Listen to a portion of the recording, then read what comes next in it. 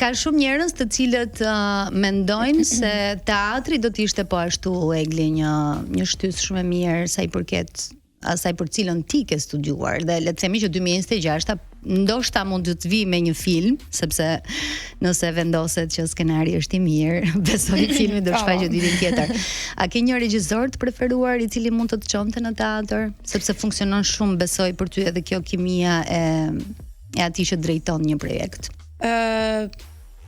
Regjisor të preferuar, patjetër kam vlerësim të jashtëzakonshëm, por nuk do doja të përmendja emra se i ke pasur dhe pedagog. Pikërisht. Shikoj, funksionon diçka në artistët, po e përfshi edhe veten time tani.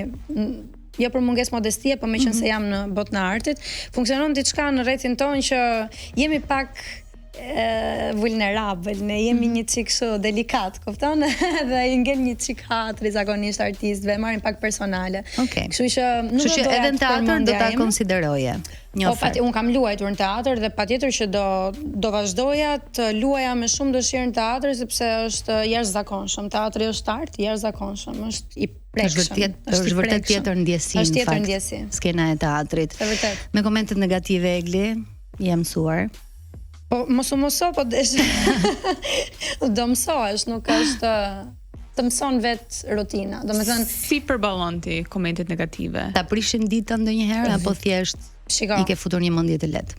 Shiko, absolutisht askujt nuk i vjen mirë të dëgjojë fjalë të këqija për veten dhe sidomos kur nuk i ke bërë absolutisht asgjë këtij personi që po i komenton këto fjalë. Pra nuk të njeh, nuk ke njeh dhe por kur e mendojnë që vijnë pikërisht nga këto persona që ti nuk i njeh, nuk të njohin, kuptojnë që këta persona nuk e kanë me ty drejt për drejt, nuk kanë asgjë me ty sepse nuk kanë çfarë të kenë me ty.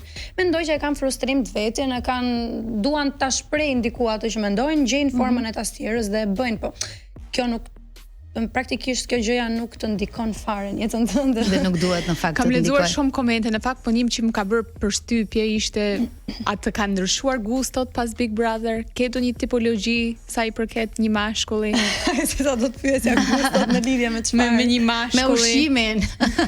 Po në fakt. Të kanë ndryshuar gustot. Më kanë ndryshuar gustot. Kam kuptuar që dua diçka tjetër dhe meritoj diçka tjetër nga një marrëdhënie romantike.